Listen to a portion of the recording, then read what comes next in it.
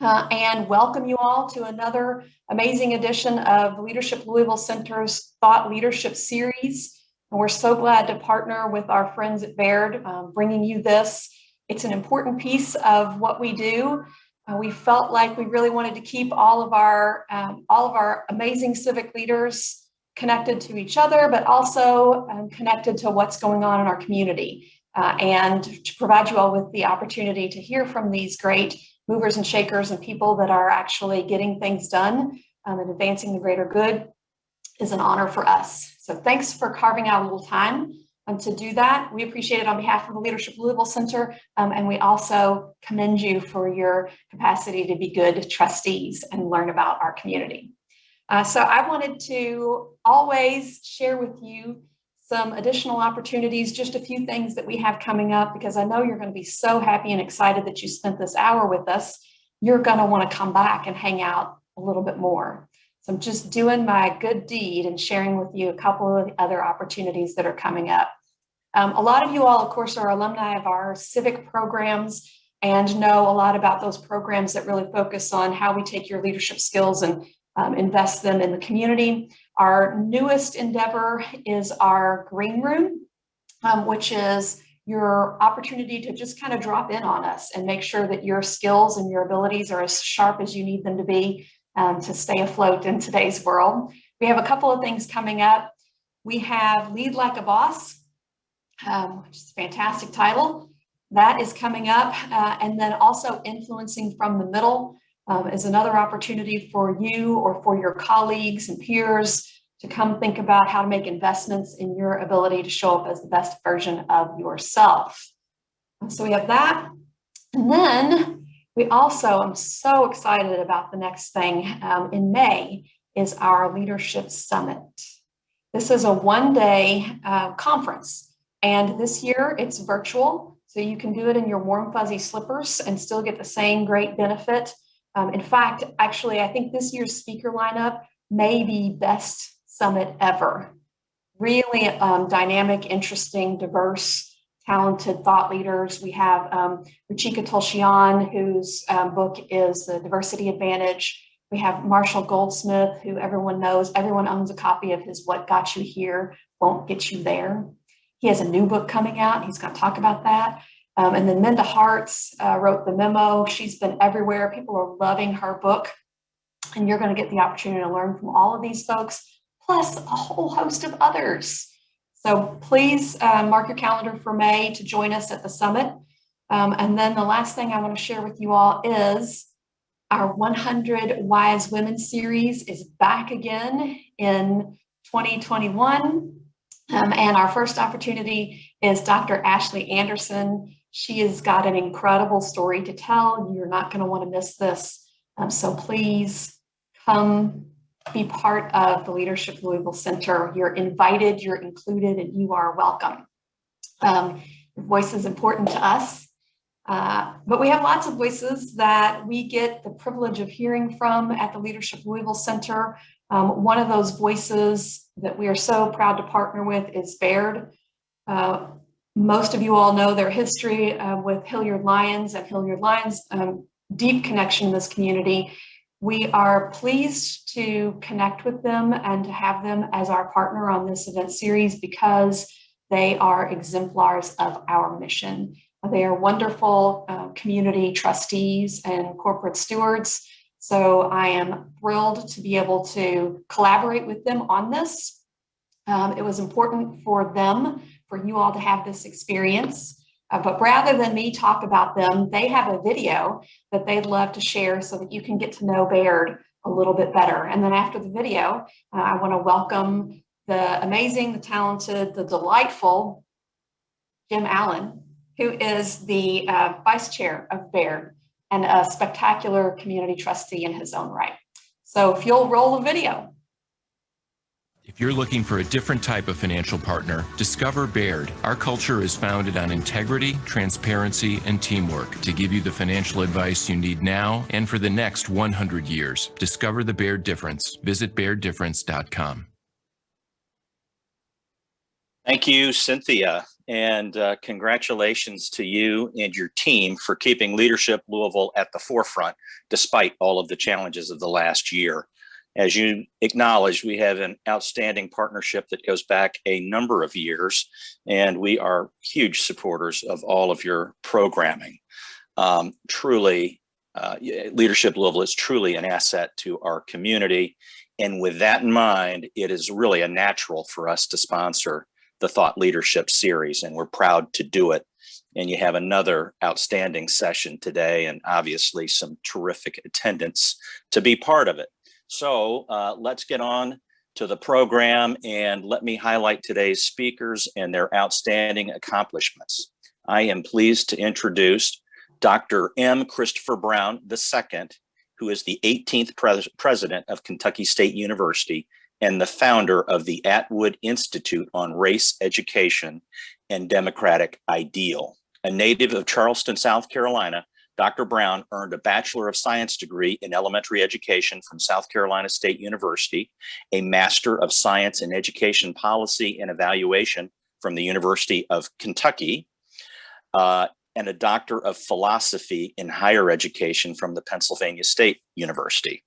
Throughout his career, he has served as faculty, professor, dean, provost, and president of universities throughout the U.S., as well as director of several education and research associations. Dr. Brown is the author and editor of 16 other books and monographs. He is the author or co-author of more than 100 journal articles, book chapters, and publications related to education and society. Regarded as an international scholar, he has lectured and or presented research in various countries on 6 of 7 continents. So welcome, Dr. Brown. Dr. Kevin Cosby. In 2005, Dr. Kevin W. Cosby was named the 13th president of Simmons College of Kentucky. During his tenure, he has returned the college to their original campus, been granted accreditation by the Association of Biblical Higher Education, expanded the campus, and added 3 new degree programs, and was officially designated the nation's 107th historically Black college and university, HBCU, in April of 2015.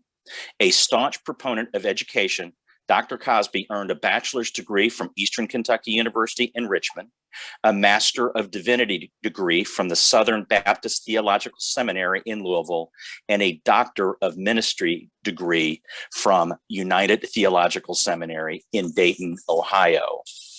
He has held administrative and teaching assignments at multiple higher education institutions and has authored 5 highly acclaimed books. Since 1979, Dr. Kevin W. Cosby has served as senior pastor at St. Stephen Church, which has grown from 500 to approximately 14,000. That's right, 14,000 members.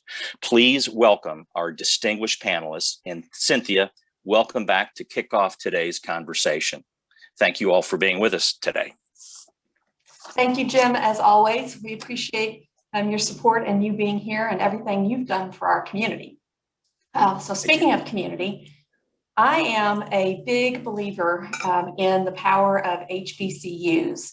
I think they are an amazing untapped source of power for positive change in our communities. And more than that, I think the time is now for us all to kind of pay attention and figure out how we can get plugged in and help elevate this amazing asset that we have here. So I'm really excited about today's program and for my opportunity to fangirl a little bit and get to chat with some amazing community leaders. For those that are not as familiar with HBCUs, what I wanted to do is I wanted to start with an opportunity for each one of our speakers to just talk about this asset, talk about their jewel, give us a little bit of just the quick history and why it is that they think HBCUs and their HBCU is so special. I'm going to start with Dr. Cosby. So Dr. Cosby, tell us a little bit about Simmons, and then we'll move to Dr. Brown. Well, thank you so much, Cynthia. And it's an honor to be asked to share the Simmons story and the larger HBCU story. Thank you, Jim, for the kind and gracious introduction. And it's always good to be in the presence of Dr. Christopher Brown, just a phenomenal visionary leader and intellect. If I could just read something very quickly, and I think this basically summarizes why Simmons is such a unique institution. I would suggest to you that Simmons College is a 142-year-old hidden jewel in this community in plain sight. And it has spanned 3 centuries. And it is a unique institution because the newly freed slaves in 1865, after the Civil War, with only 5% literacy of the 4 million emancipated slaves, there was only 5% literacy, made it their priority to learn to read and write. So that by 1915, while there was 5% literacy, the literacy rate among Blacks jumped to 75%. And what drove literacy was Black-led educational institutions. Before the federal government instituted public schools, Blacks had already begun to establish schools in their churches in order to close the literacy gap. I'm reading something literally from a dated book. You can see it's got tape on it. This was written in 1916 on Booker T. It's a biography of Booker T. Washington. It's 1916. Booker T. Washington died the previous year in 1915. But this is what it says on page 44. The author is B.F. Riley, and it is the preeminent book on Booker T. Washington of the era. But on page 44 of the book, it says this: on its own initiation, the freed race began to found schools, to found them in their ignorance. It was a racial groundswell. About 5% of these emancipated people could read and write. These were not slow to inject the spirit into the rest of their people. And by the time that the states were ready to inaugurate a system of schools, no class was more responsive than the late slaves. Some of the former slaves who had heard of colleges and universities, but had never seen either, aspired to found such for their people. The most remarkable instance occurred at Louisville, Kentucky, where a group of unlettered ex-slaves met in an old building in August, succeeding the close of the war in April 1865. And though bearing the marks of slavery on their bodies and simply knowing that a university meant a place of learning, took steps to begin a school which gradually developed into what came to be known as the State University of Kentucky, a large and flourishing college for colored people, which stands today in Louisville with buildings and grounds in the heart of that city. Throughout the years, from that early time till now, it has done an excellent work, not alone for the colored race, but for the Commonwealth of Kentucky, and it's still a great educational lighthouse for struggling people. This was 1916. 2 years later, they would change the name to Simmons University in honor of the second president of the institution. So Simmons is a Black institution in which it gives Black kids an important life script. And it is, like I said, it's 142 years old. And it is a hidden jewel that has always been in our community, right in plain sight. And so I'll stop there and let Dr. Brown speak. Good morning. Thank you again, Cynthia, for having me. And Dr. Cosby, we're gonna have to connect again. I didn't realize you'd gone to United. Yeah. Dr. Booth, Charles Booth was my professor. Oh, yes. Yeah, that's why I talk so loud when I'm preaching. It's good to be here. The Kentucky State is a great friend and partner with Simmons, and so it's good to be in Louisville. I love the Leadership Louisville Center. I have been participating since my first month or semester here in Kentucky. Kentucky State, this year we celebrate 135 years, and we are one of the 2 historically Black institutions in the Commonwealth. We are the public historically Black institution, And just for clarity, for those who may not be familiar with the term, historically Black refers, HBCU, is a federal term.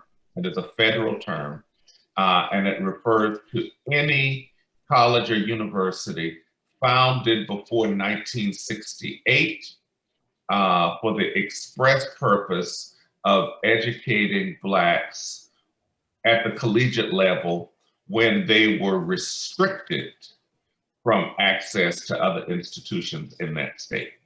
And so the 100+ HBCUs cluster in what we call 19 southern and border states, mostly former states of the Confederacy, and are unique in that purpose. It does not speak to necessarily the racial composition of the campus, faculty composition. There are places like Bluefield State in West Virginia that are 90+% white in terms of student population, but they are historically Black by federal designation because of the purpose for which they were established. Kentucky State enjoys the unique privilege of not only being an HBCU, being the capital city's university. We're the only four-year institution and collegiate institution in the capital city of Frankfort. But we are what the federal government terms a land-grant institution. So President Lincoln first established the Morrill Act, or land grants, which give us the University of Kentucky to promote Republican ideals, that small r, applied science and mechanical arts, and preparation of teachers in 1862. But in about 19 states where that was restricted by race, they came back and did a second Morrill Act, which was 1890, and said if the freed slaves are not admitted to the 1862 institution, then the state needs to create a second institution to provide them access. And so we get Kentucky State. In addition, we've been able to grow and thrive in agriculture. We have one of the top 5 aquaculture programs in the nation without respect to institutional designation. We husband fish as well as shrimp. We have growing aquaponics in this on campus. And we have the Commonwealth's primary program in distillation and fermentation. And for those who like food or grain products that have been distilled for human consumption, Kentucky State is the place where we teach and study that. And so it's an exciting campus. We continue to grow, and we've got great alumni who transformed the nature and landscape of the world, like Manita Sleet. Any of the great photos of Martin Luther King you may have seen were likely taken by Manita Sleet, who was the photographer for Ebony magazine for many, many years. And we know recently Julia Bridgman of Louisville purchased Ebony magazine, as well as Whitney M. Young, whose work, particularly with the Urban League, continues to transcend time and space. I want to tag, though, to one last piece of my friend Dr. Cosby's conversation and anchor in a very real way the importance of these institutions. And that is that HBCUs are one of 3 organisms, and I use that word intentionally, not organizations, one of 3 organisms for which the descendants of Africa in this country can trace their progress. So if you pull any person, any moment, any phenomena of the Black experience in this country, they track that to one of 3 organisms. That's either the Black family, the Black church, or the Black college. So every great singer for which this nation celebrates, from the Black experience comes from one of those three places. Every great leader, every great business person will track their growth and development to one of those three organisms. And that is critical to the furtherance, not only of our nation, but to the Commonwealth of Kentucky. And might I, and if I could just add just an addendum to what Dr. Brown just said. I think that one of the challenges that Black communities have is just what Dr. Brown alluded to, the absence of institutions, Black governed institutions that serve the Black community. To some degree, there was some unintended consequences of quote unquote integration. And that was the disintegration and the invalidation of Black-led institutions. Mm-hmm. And by Black-led institutions, of course, Dr. Brown mentioned the family, the church, and historically Black colleges and universities. This is what I mean by Black institutions. Black institutions are Black people coming together out of a common history, a common struggle, and a common hope to affirm three things that Black people need affirming: Black concerns, Black culture, and Black capacity. So in these institutions, what is affirmed? Black people receive ethnic armor because their concerns are affirmed. Their culture is affirmed. If you ever watch an HBCU band march and a PWI march, predominantly white institutions band march, you know that there is some cultural uniqueness and distinctiveness about Black institutions and Black capacities, which is very important because one of the challenges that Blacks have had to overcome is a question about our capacity. HBCUs affirm Black capacity and say that the problem with Black people is not our character, our capacity, our conduct, but it's cash, the lack of cash, the lack of connections, and the lack of consideration. So I just wanted to affirm, strongly affirm what Dr. Brown just said about those three important institutions. They are the elevators for the Black community. As these institutions go, so goes the Black community.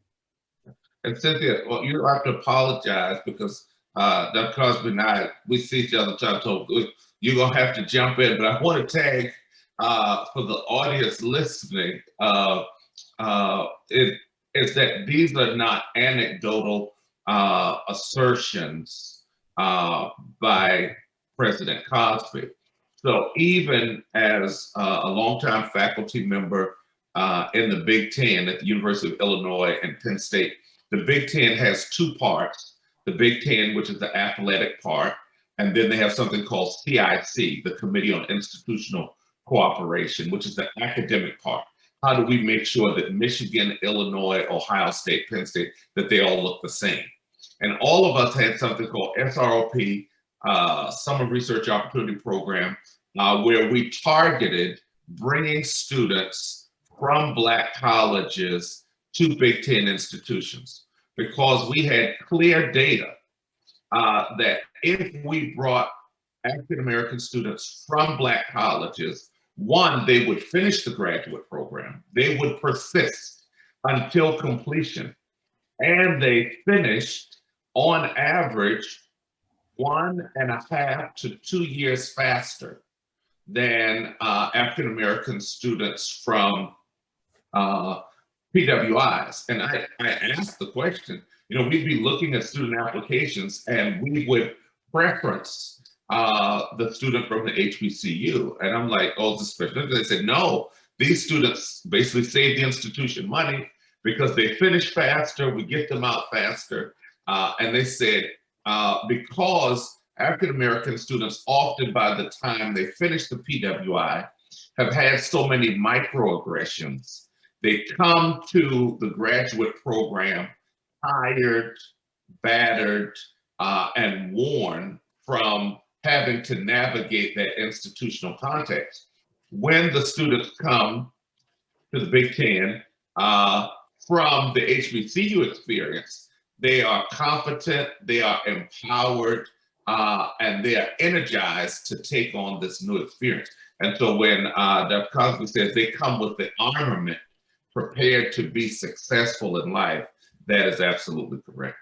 And I know it's kind of flowing organically, but in just 1 minute to say something to what Dr. Brown said, and that is Simmons College was designated by the Department of Education as the 107th, really the 101 HBCU. That's the designation, HBCU. But historically, it is the 10th oldest HBCU in the United States. There are 101 HBCUs, and Simmons is the 10th oldest.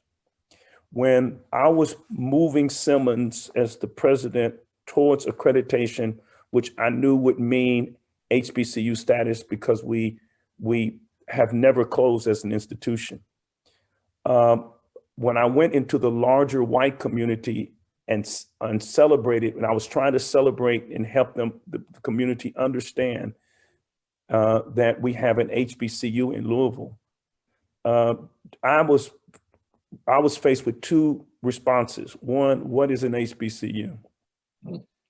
Question number two was, why do we need an HBCU? Why not send the kids to JCTC instead of a Simmons or Kentucky State? Well, if you don't have a Simmons, the kids are not going to JCTC. They come to Simmons. They're going to Nashville because Nashville has 4 HBCUs. And that's one of the reasons why Nashville is doing so well, because Nashville has American Baptist, Fisk, Tennessee State, and Meharry. So one response that I received, and I'm sure Dr. Brown has received this, is that is not Simmons a return, and HBCUs a return to segregation? My response is, I didn't know we had really left segregation. Secondly, Black kids do not attend HBCUs for purposes of segregation. And it's open to all people, regardless of race. Black kids attend HBCUs for celebration. It is a place where their culture is affirmed. And I think that sometimes in white space, whites sometimes think that it is their job to save Black people from their Blackness, as though their Blackness is somehow a defect.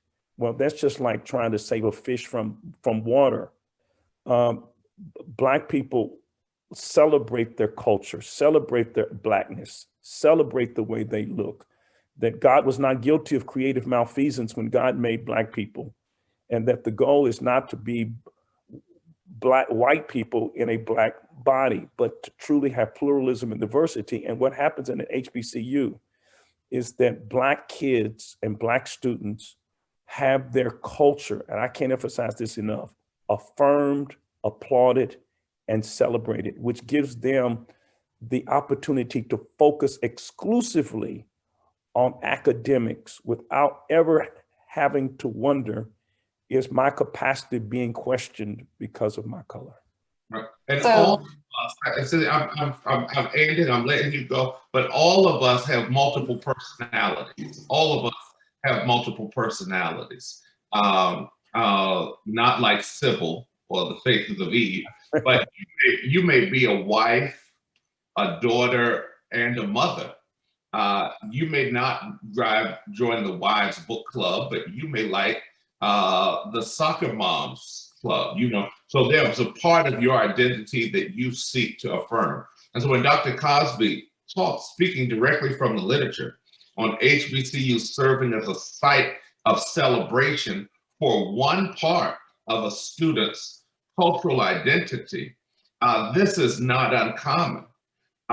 Catholics sometimes choose Loyola institutions or Notre Dame institutions. Jewish people sometimes choose yeshivas or Brandeis's, women sometimes choose Smiths and Welsleys. And even recently, the Buddhists have opened a thriving university in California called SOCA, which is a place where now this part of my identity is affirmed, is considered normal, it's considered standard, and I can focus on gaining the academic content, the professional skills, and the social dispositions to take that elevator and be successful and lift the communities in which we work and employ. So Doctors Brown and Cosby, when Holly asked me to moderate this, I told her, yeah, this would be easy because really I'd just show up and kick you all off and it'd be all good. But I do want to, this is great. And in particular, Dr. Cosby, I think the conversation about segregation and how this isn't, is really valid, because I do think that comes up, and the whole idea of this is celebration. So I think that was fantastic, but I do want you all to also have the opportunity to talk about some of the specific things that you're working on that, like, our community of leaders could go, oh, let me plug into that. So I want to ask you all about, you're working together on the Kernel Commission. And Dr. Cosby, maybe if you could start us out with, it's Kernel Commission 2.0. So for those who don't know what the original is, can you tell us a little bit about that, kind of its history, and then maybe give us a little intro to what's going on there so we can start listening for how we can plug in and get connected. Thank you so much for the question. The original Kernel Commission was established by President Johnson in 1967 to address questions of the root causes of the social and civil unrest that took place in Detroit and Newark, the riots. And he commissioned the 11-member committee led by Otto Kerner, the governor, the Republican governor of Illinois, to find the answer to two questions. One, what happened? Why were there riots? And two, what can we do to avoid them? He intentionally selected a moderate to conservative persons on that committee. And so they went and did studies on the cities that had the riots. And in March of '68, they came back with a report, and they named it after Otto Kerner, and it's the Kernel Commission. And there's a summary of the Kernel Commission report that you can get. It's a 19-page summary because it's like an 800-page document. But the first page of the document summarizes what it's all about. Number one, that we live in two societies, one black, one white, separate and unequal. That was the first finding. Secondly, summarizing the report, is that white racism has created the ghettos, that the white community is responsible for it, and the white community condones it. That is the report. I knew about the report, and as a result of the protest of 2020, I pulled it back up and reread it. And it fascinated me that everything that they said in '68 was the exact same things that were happening in 2020. We did not address it in '68. And if we don't address it now, we will continue to have social unrest. And basically, this is what the Kernel Commission 2.0, which is named after the original commission, is doing. It has brought some of the leaders in our community in corporate, civic space, corporate space together to ask the question, how can we create more opportunities for blacks in black space, like West Louisville and the 9 communities of West Louisville?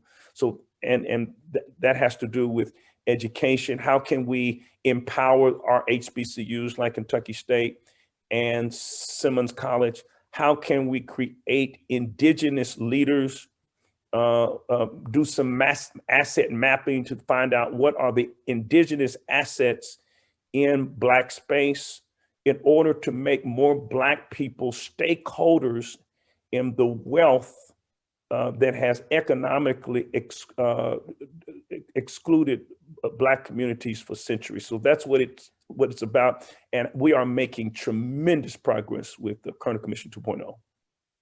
So one of the things that I think is a focus is the education pipeline, particularly like with Leadership Louisville, we talk a lot about root cause. Let's follow this up the river. And education, particularly K through 12 education, is getting a whole lot of attention right now, rightly so, because that's follow that up the river. That's root cause. Kernel has a lot of great thinking in it around how we impact that pipeline, how we change K through 12. Not the least of which is elevating the number of teachers who come from the HBCUs and funneling those folks into our school system. So I want you all to talk about that a little bit because I think that's got real impact opportunity. Maybe Dr. Brown, if you want to speak to that. Yeah, certainly, it's been a pleasure serving on Kernel 2.0. A lot of work. It takes more time than they originally asserted. But it's critically important for a few reasons. One, because Kentucky is a unique outlier in sort of the racial segregation history of the South.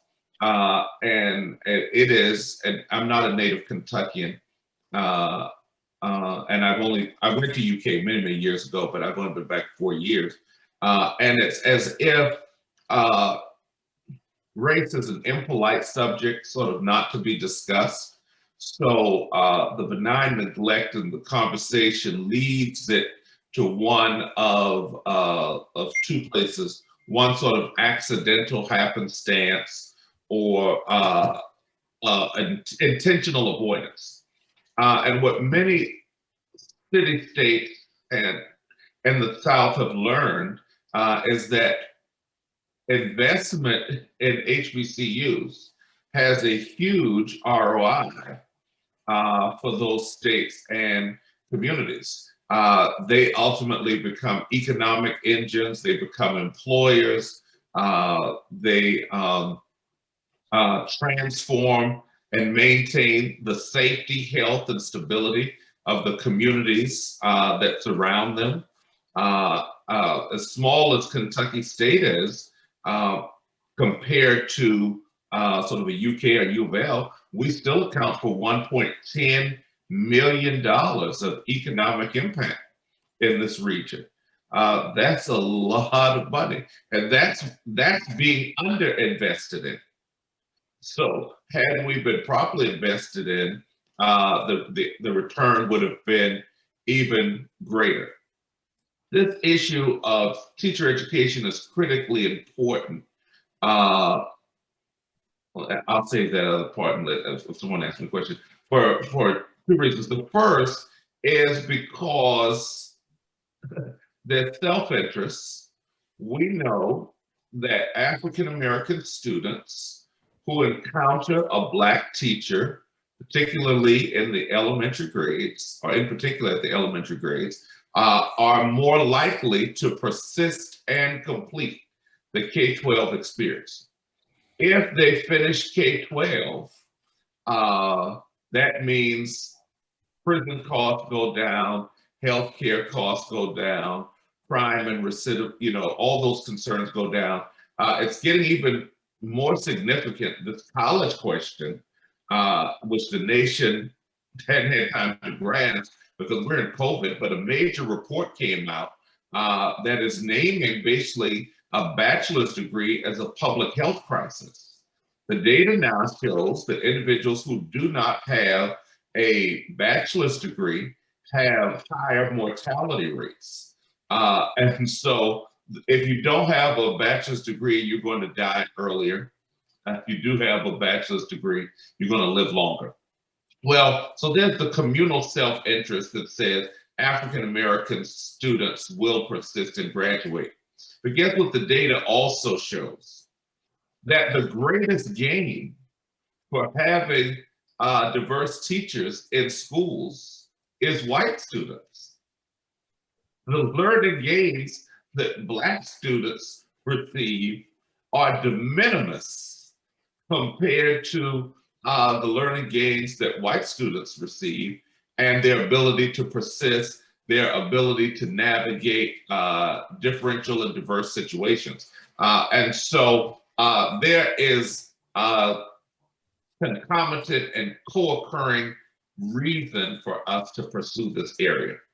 What Dr. Cosby has been trying to do is to incent the production of teachers of color, particularly for Louisville, Kentucky State. Our approach is one, to produce more diverse teachers, but also to realize that Kentucky has a unique demographic. And so we have to make sure that all teachers, irrespective of race, understand culturally relevant pedagogy and are able to teach people who may not look like them. So we've been trying to work through this partnership, especially with John Marshall and Marty Polio.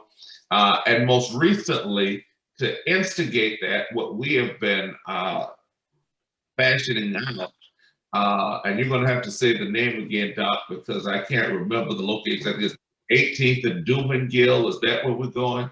That's close enough. Okay. That's where we're going. I don't know.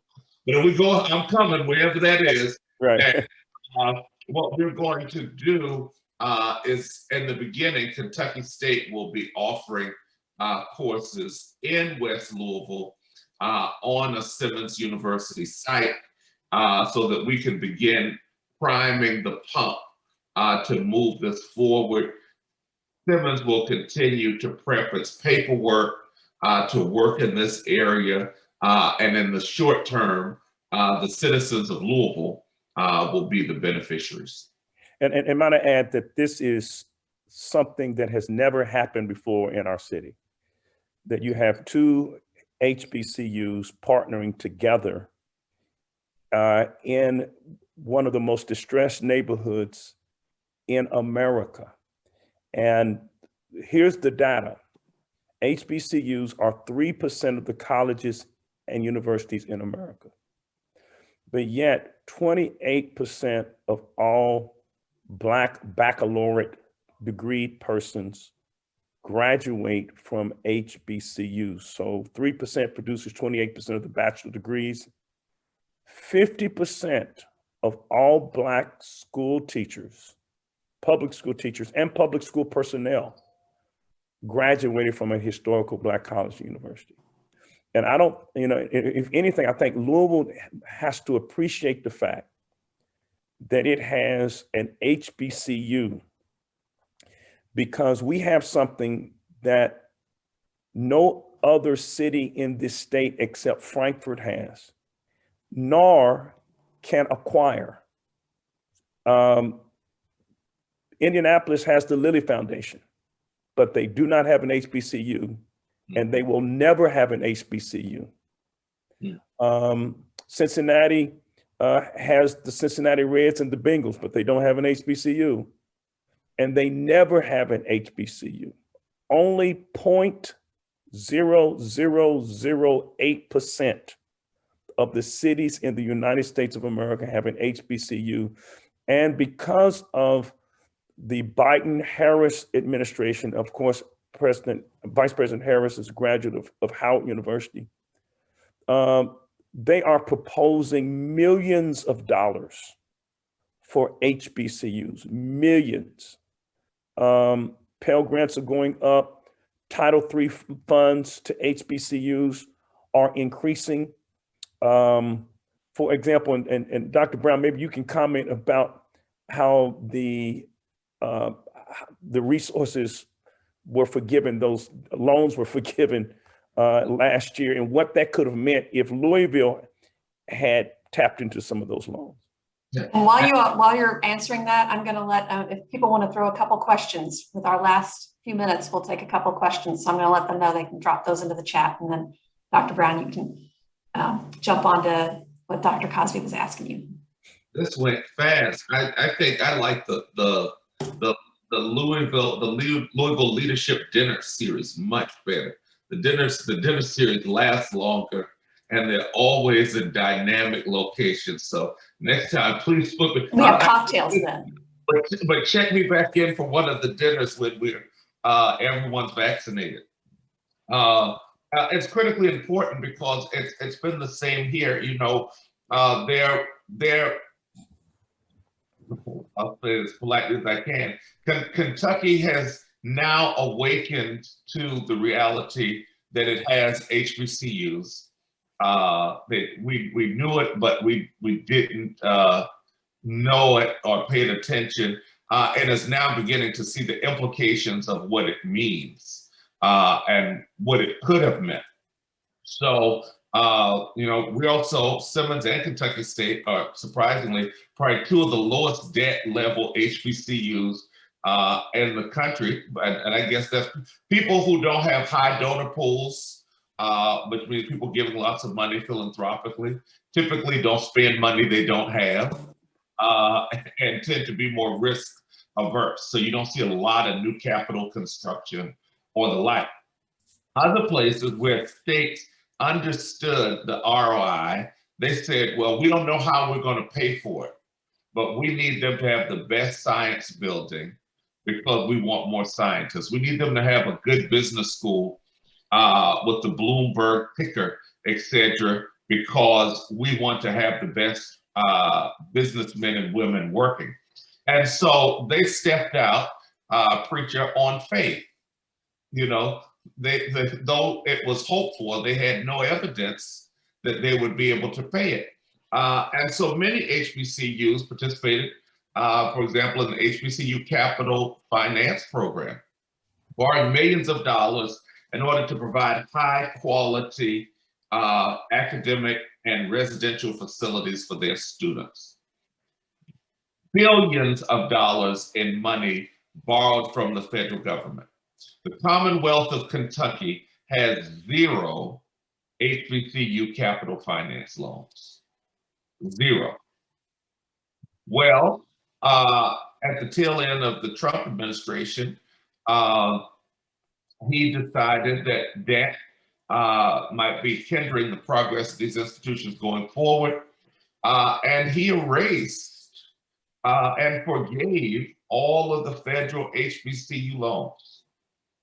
That institutions that had $200 million worth of debt, bonds that they had to pay for, buildings they were paying on, woke up the next day debt-free. Absolutely amazing. Billions of dollars went to the sector, and because the Commonwealth had not envisioned the importance of expanding and growing our institutions, we received 0 benefit from that federal legislation.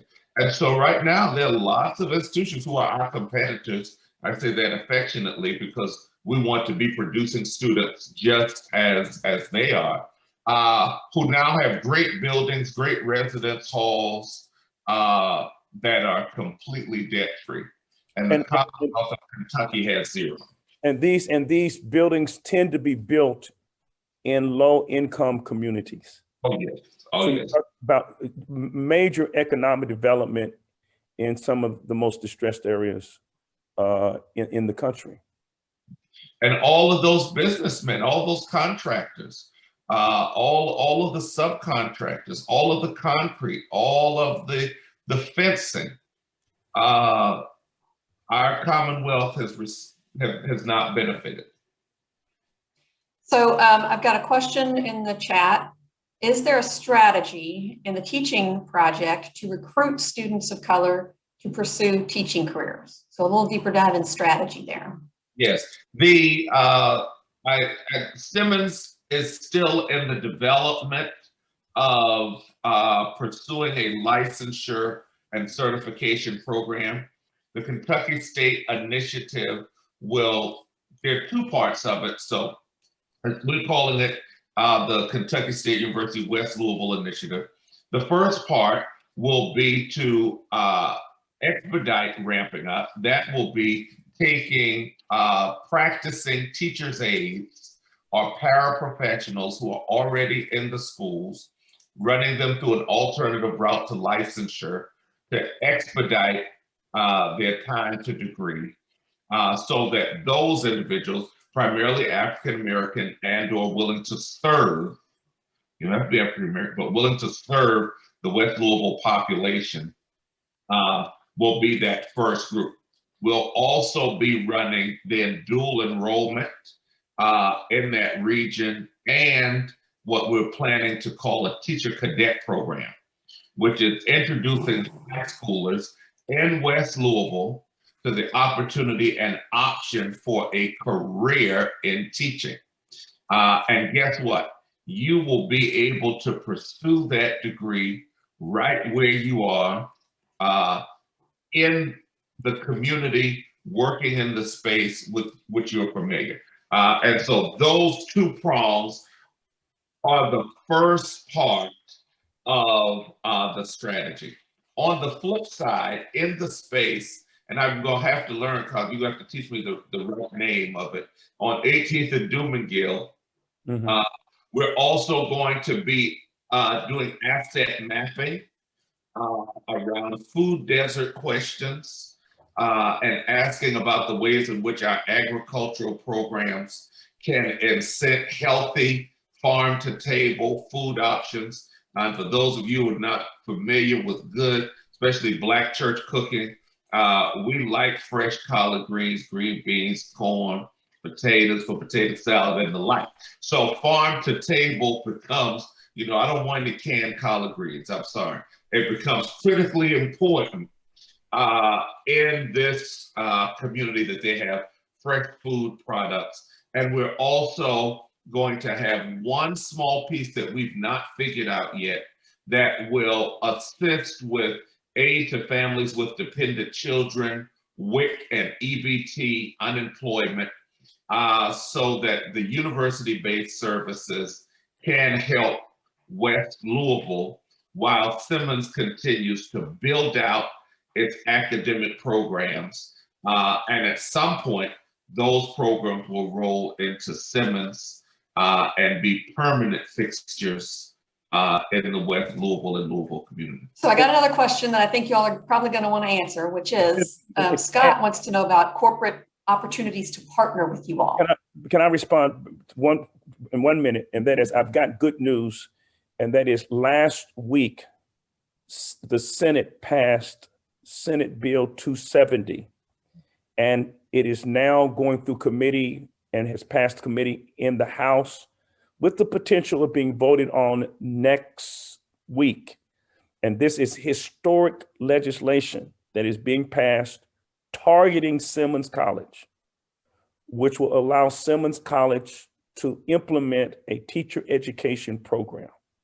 So there is a great chance, and you'll know it has passed because you'll hear somebody shouting in West Louisville, and that's me. We will hope to have a teacher education degree at Simmons College sometime next year. So your final question is, y'all, they want to know, what can their corporations, what can they do to support your work? What about partnership opportunities? And I'll let Dr. Brown close out, and that is this. I want to quote Dr. Martin Luther King Jr. from his last book, Where Do We Go From Here? Chaos or Community, chapter 3. And he says, a society that has done something special against the Negro for hundreds of years must now do something special for him in order to equip him to compete on a just and equal basis. Philanthropic discrimination and philanthropic redlining is real. And the first major grant Simmons ever received from philanthropy was in 2014, 135 years after we existed. I believe that what philanthropy and corporate Kentucky must be willing to do is practice equity. There should never be a cycle of grants for the next 10 years, probably more than that, and I'm being conservative, in which grants are being dispersed that does not take into consideration Kentucky State and Simmons College to help these institutions catch up, because we have been excluded from opportunity for so many years. Yeah. And let me say, there's a lot to be done on philanthropy, but on SB 270, let me say, our budget and finance office, our ag school, working with University of Kentucky, designed out the scope of work which I shared for this pilot project, and it estimated doing it small, even as a pilot, would cost about $800,000 to $1 million to get this ramped up. This is out of a $47 billion budget for the Commonwealth. Even though the legislation is slated to pass, the last number I saw this week, which was very disheartening, I'm not sure how I expect us to get it done, only had $200,000 for this project in West Louisville. It's the time is right. There's so much good that could come from this. $800,000 is a small amount of money to lower poverty rates, increase health, increase access to services, produce teachers to transform our schools, particularly in an area that needs support. West Louisville has seen a lot, and certainly the last year and a half, COVID excluded, post Breonna Taylor, there's a lot of community response that we need to provide. There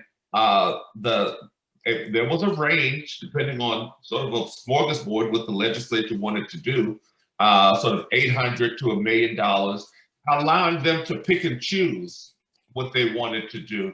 The current plan is an omnibus pass, and it looks like it's going to pass, which will allow Simmons to begin the work and charge Kentucky State to do the work as a mandated program, but does not provide the resources for it to be successful. So $200,000. So we're about to begin again the cycle of possibility and failure to invest. So any I don't want to say pressure, that's the wrong word. Any ability you have to engage or encourage legislators that this is important and that this will help all of Louisville and all of the Commonwealth of Kentucky, we certainly invite you to, I don't know the proper ways to contact them, but to contact them and let them know that Senate Bill 270 is important. And not only should we do it, but we need to fund it at a level that it at least has a chance to be successful. You all are getting a little assist in the chat. I think Mary Ellen posted some opportunities for folks to connect on that. And there's a lot of good information in the chat. I will tell you that I'm getting bombarded with people who want me to ask you when's the next deep dive, because they want you all to come back and talk more and get 2 levels in. So you all are invited to come hang out with us again, but also I will tell all the folks on there, some of the folks in the chat have offered everyone some good opportunities. Chris Sanders has posted some good opportunities to come have more deeper dialogue. Let's talk about some of this. So I highly encourage everyone to take it upon themselves to further their education in this. And there's also some great opportunities. People put links in the chat too that are like, here's how you get more involved. Here's where you go, click this button. So make it easy for everybody to get behind this and support it. Thank you all so much. Again, this was kind of fangirl opportunity. I'm such a fan of both of you all and your thought leadership. And I see such great opportunity for impact in your work. So I hope everyone will raise their hand and figure out how they can get involved. And until next time, for all of you, thank you for joining us. I think we've got information about our next thought leadership. If you enjoy this opportunity to kind of expand your brain and to think beyond yourself, our next one is March 25th, and we're going to talk about AI revolution, some workforce initiatives. Thank you again, Dr. Cosby, Dr. Brown. Thanks to all our friends at Baird. Jim, we appreciate your support and your sponsorship and all the amazing, talented people that you work with and your all's commitment to community. So until next time, thanks from the Leadership Louisville Center. Thank you. Thank you so much.